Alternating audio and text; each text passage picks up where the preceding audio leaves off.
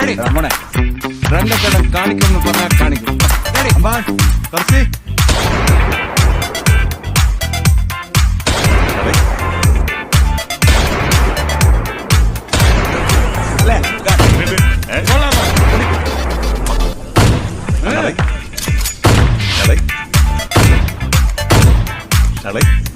ഒന്ന് പൊട്ടിക്കാൻ പാടേ ഒന്ന് പൊട്ടിക്കാൻ പാടേ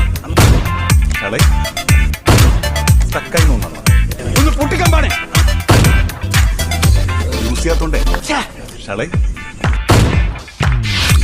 യൂസ് ചെയ്യാത്തോണ്ടേ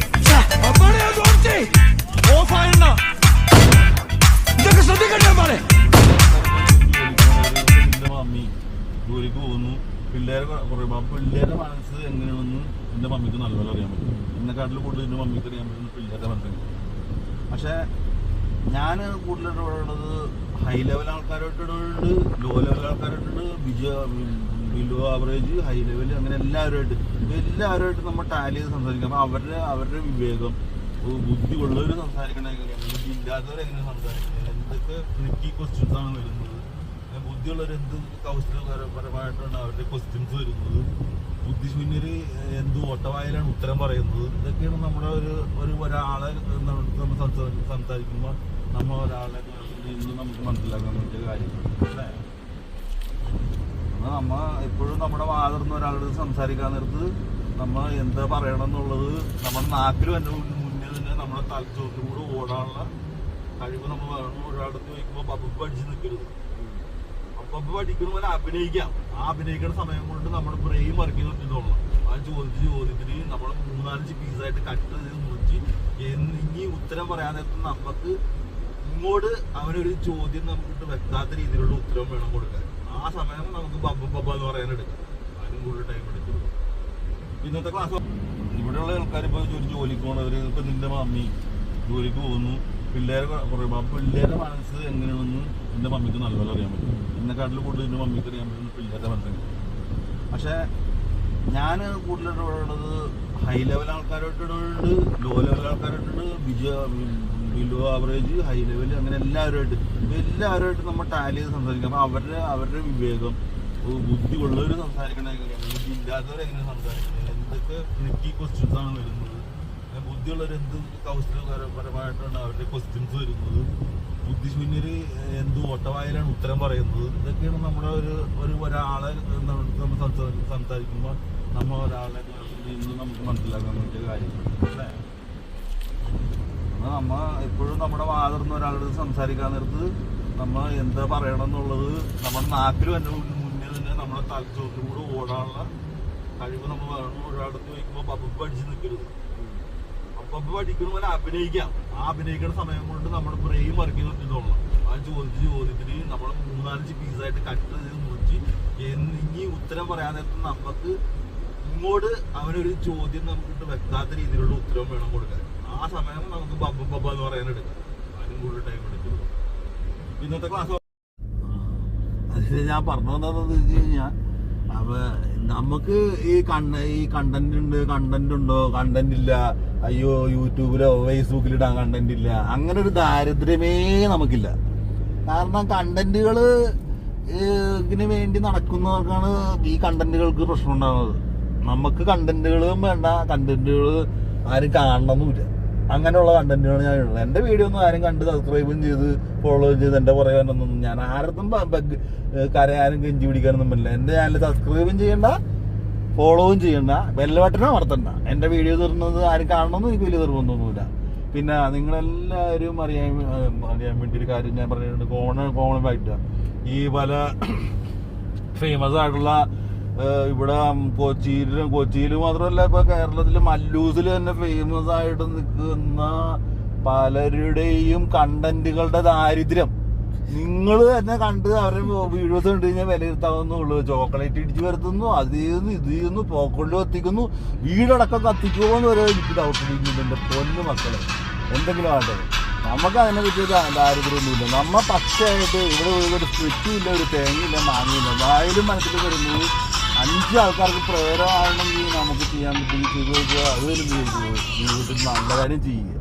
ജീവിതത്തിൽ നല്ലത് ഞാൻ തിരിച്ചു നിൽക്കും നല്ലത് വരും. ഞാൻ ഈവൻ നമുക്ക് പറയട്ടെ, ഞാനൊക്കെ 5 പൈസ കിട്ടിക്കഴിഞ്ഞ് ദാനം ചെയ്ത് ആർക്കെങ്കിലും എന്തെങ്കിലും ചെയ്യാൻ പറ്റുമെങ്കിൽ ചെയ്തോട്ടെ എന്നുള്ള മൈൻഡായിട്ട് നടക്കുന്ന ഒരു വ്യക്തിയാണ്. കാരണം നമ്മളൊക്കെ അങ്ങനെയാണ് നമ്മുടെ അപ്പം മേടിച്ചത്. ഇപ്പം എൻ്റെ മോഹൻലാൽ മറ്റത്തിന് മുന്നിൽ പറഞ്ഞ പോലെ നിന്റെ നല്ല തന്തയല്ല എൻ്റെ തന്താന്ന് പറഞ്ഞല്ലോ, അതിലൊരു പോയിന്റും കൂടെ ഉണ്ട്. നിന്റെ തന്തയല്ല എൻ്റെ തന്താന്ന് പറയുമ്പോൾ നമ്മുടെ തന്തയ്ക്ക് ഒരു ക്വാണ്ടിറ്റി വേണം, ഒരു ക്വാളിറ്റി വേണം. ആ ക്വാളിറ്റി നമ്മളീ കൂടെ വേറൊരാൾക്ക് വ്യക്തമാകുമ്പോഴാണ് നിന്റെ തന്തയല്ല എൻ്റെ തന്താന്ന് മോഹൻലാൽ പറഞ്ഞ പോലെ പറയാൻ പറ്റുള്ളൂ. അപ്പം നമുക്ക് ഒരു ക്വാളിറ്റി വേണം. ആ ക്വാളിറ്റി എവിടെ നിന്നുണ്ടാകണം? നമ്മുടെ അപ്പനിൽ നിന്നുണ്ടാകണം.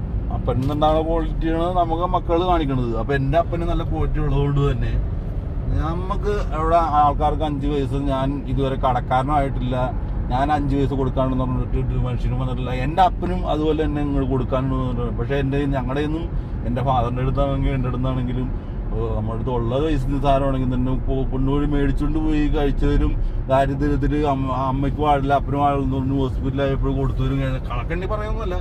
അപ്പം കൊടുത്ത സമയത്ത് നമ്മളെ സഹായിച്ചവർ പോലും നമുക്കൊരു സഹായത്തിന് സമയത്ത് ഫോൺ വിളിച്ചിട്ട് എടുത്തിട്ടില്ല എന്നല്ലാണ്ട് അതിന് കൂടുതൽ എനിക്കൊന്നും പറയാനില്ല.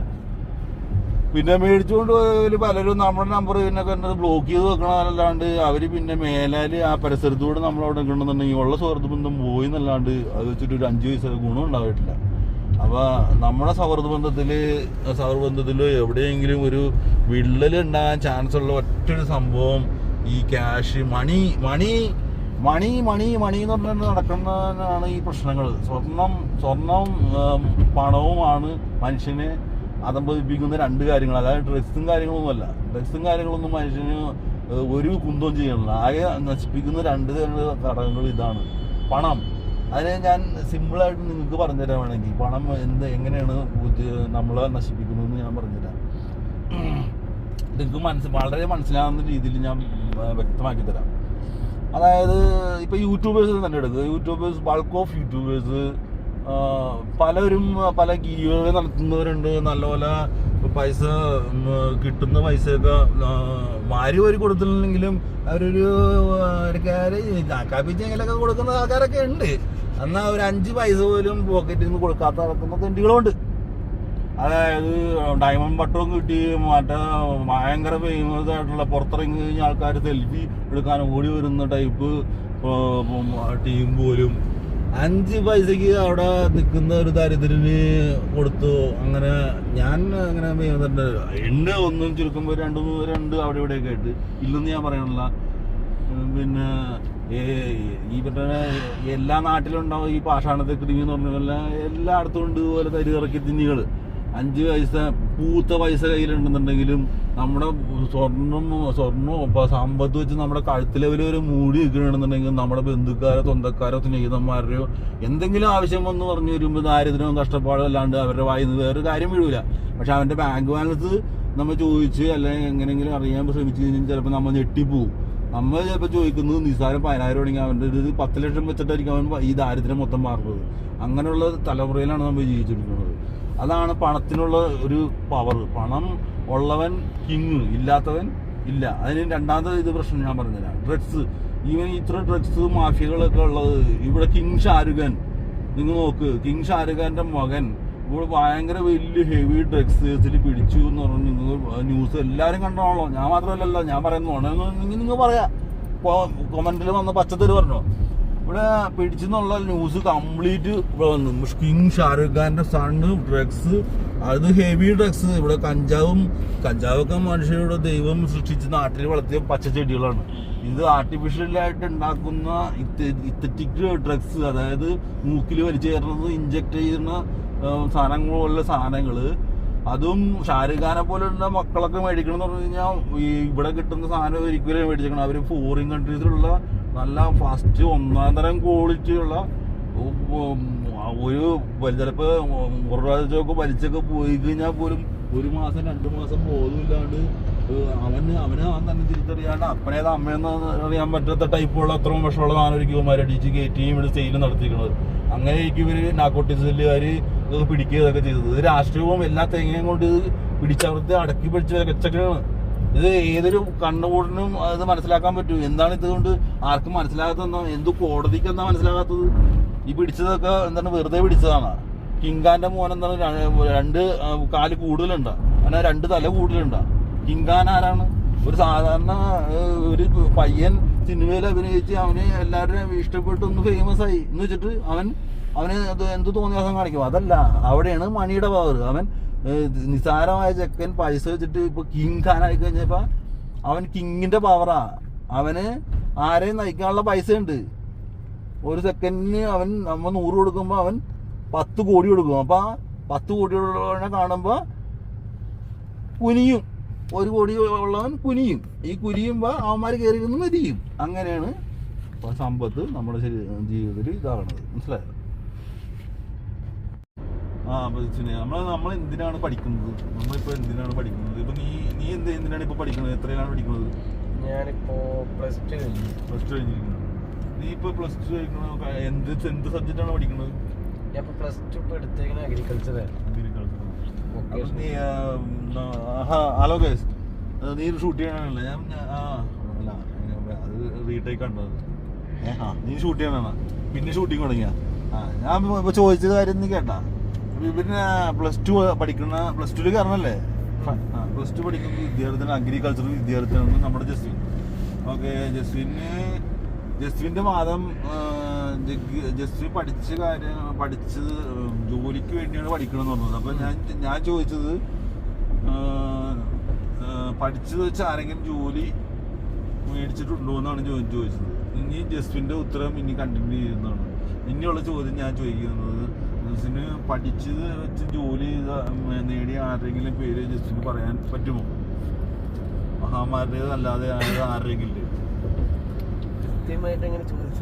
അത് ഇടേ ലോകം വളർന്ന് ഇത്രയും ആയില്ലേ? നിനക്ക് ആരെങ്കിലും ഒരാളുടെ പേര് പറയടേ. നീ പഠിക്കണവനല്ലേ? ആരെങ്കിലും ഒരാളുടെ പേര് പറ. ഗാന്ധിജി പഠിച്ചിട്ട് കൃഷി ചെയ്തവനാണോ? ഗാന്ധിജി പഠിച്ചത് വക്കീലും ചെയ്തത് മറ്റേ സ്വാതന്ത്ര്യ സേനാനിക, അങ്ങനെ രാഷ്ട്രീയവും ചെയ്തത് രാഷ്ട്രീയം എന്ന് പറയാം. പണ്ടത്തെ കാലം അങ്ങനെയല്ല, ഇപ്പൊ പറഞ്ഞിട്ടുണ്ടെങ്കിൽ രാഷ്ട്രീയം എന്ന് പറയാം. അപ്പൊ പഠിച്ചത് വക്കീലും ചെയ്തത് രാഷ്ട്രീയമാണ്. പിന്നെ നീ ആരെങ്കിലും പറ, ആരെങ്കിലും ഒരാളുടെ പറ. മമ്മൂക്കയും വക്കീലാണ് പഠിച്ചത്, പക്ഷെ അഭിനയമാണ് ചെയ്തത്. പഠിച്ചു വെച്ച് ചെയ്ത ജോലി കിട്ടി ആരെങ്കിലും പറയൂ?